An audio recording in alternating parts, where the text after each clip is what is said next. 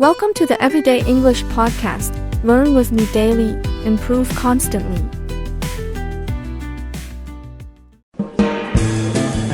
Hello, English learners. Welcome back to English Pod. My name is Marco. And I'm Erica. And today we're looking at some more romance. We're talking about dating. Dating, exactly. Mm-hmm. And not only dating, but asking someone to become your boyfriend or girlfriend. Yep, that's true. And so we're going to be focusing on language to express your romantic feelings and also maybe some phrases you can use to ask someone out. Very good. So I'm sure you guys are excited about this one. So let's listen to the dialogue for the first time.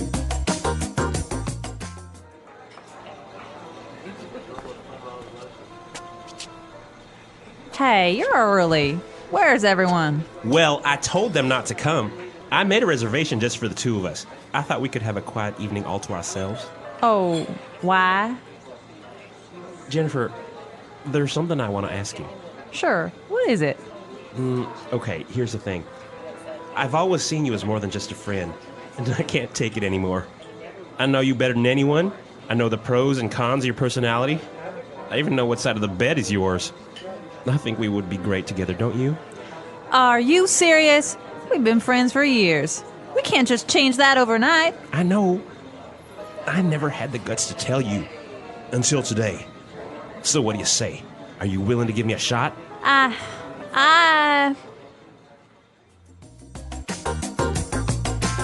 All right, I wonder, is she going to say yes? I don't know. She seems a little bit confused.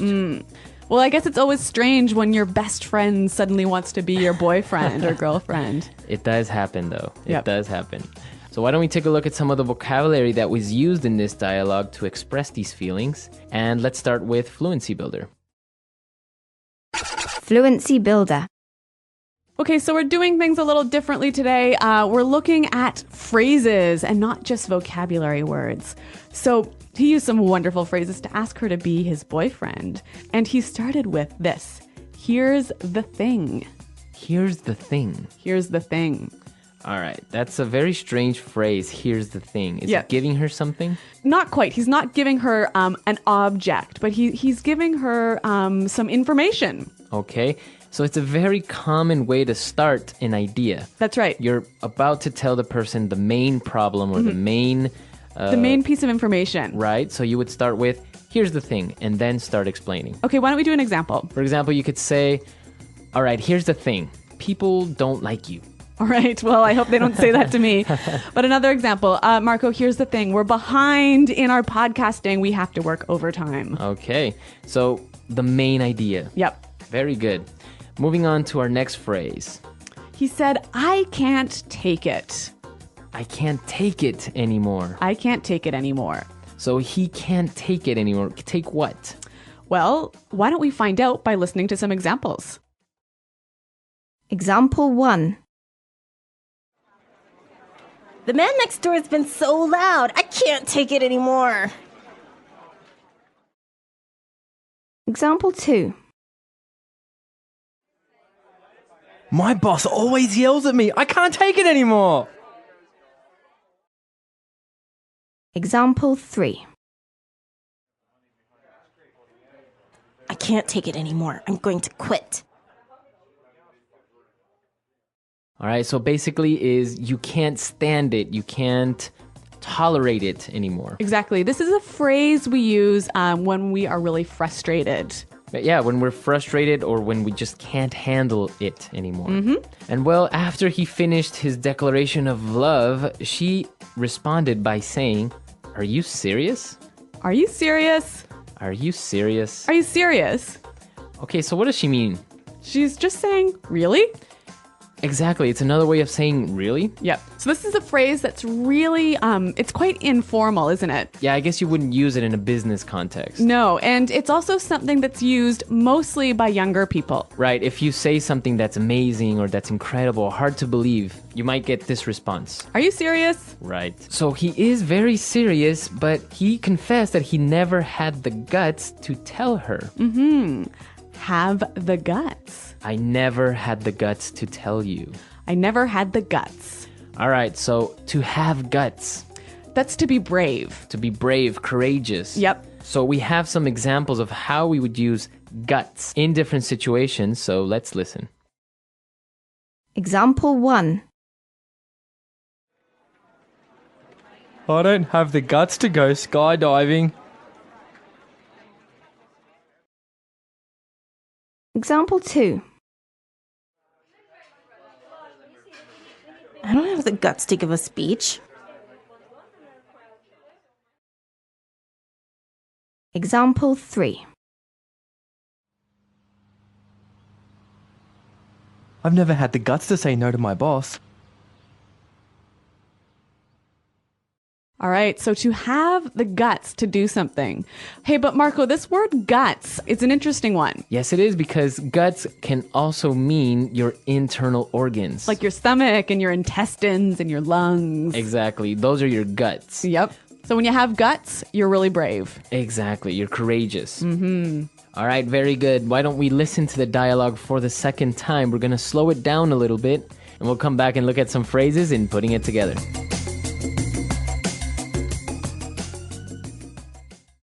Hey, you're early. Where's everyone? Well, I told them not to come. I made a reservation just for the two of us. I thought we could have a quiet evening all to ourselves. Oh, why? Jennifer, there's something I want to ask you. Sure. What is it? Okay. Here's the thing. I've always seen you as more than just a friend, and I can't take it anymore. I know you better than anyone. I know the pros and cons of your personality.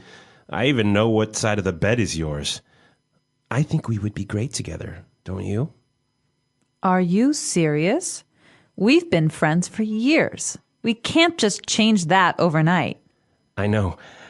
I never had the guts to tell you until today. So, what do you say? Are you willing to give me a shot? I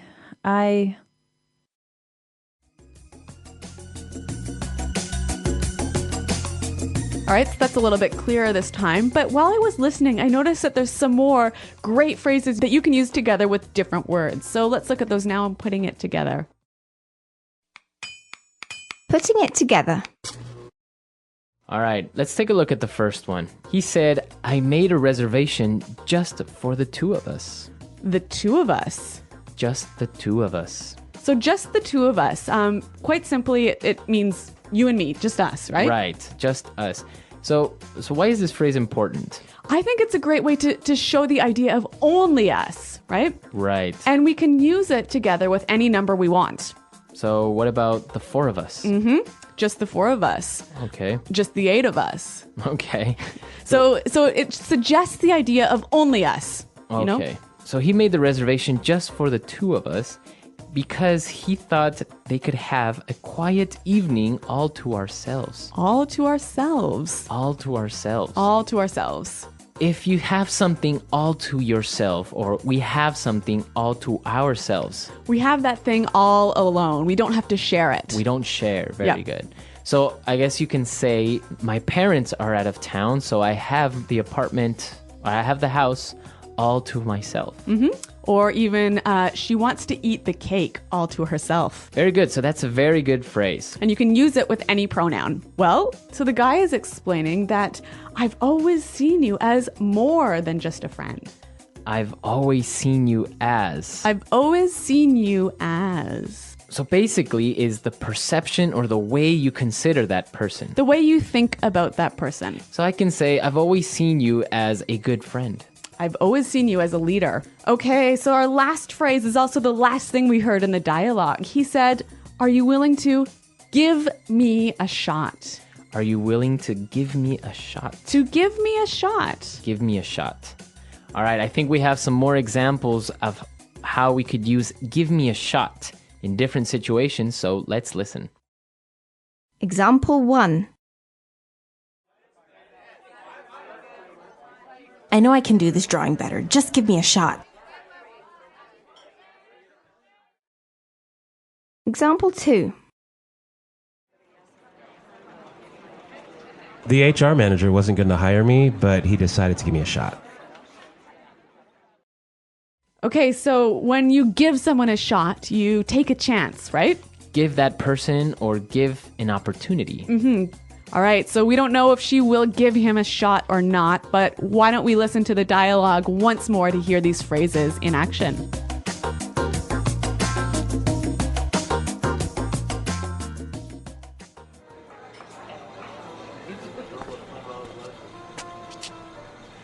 Hey, you're early. Where's everyone? Well, I told them not to come. I made a reservation just for the two of us. I thought we could have a quiet evening all to ourselves. Oh, why? Jennifer, there's something I want to ask you. Sure. What is it? Okay, here's the thing. I've always seen you as more than just a friend, and I can't take it anymore. I know you better than anyone. I know the pros and cons of your personality. I even know what side of the bed is yours. I think we would be great together, don't you? Are you serious? We've been friends for years. We can't just change that overnight. I know. I never had the guts to tell you. Until today. So what do you say? Are you willing to give me a shot?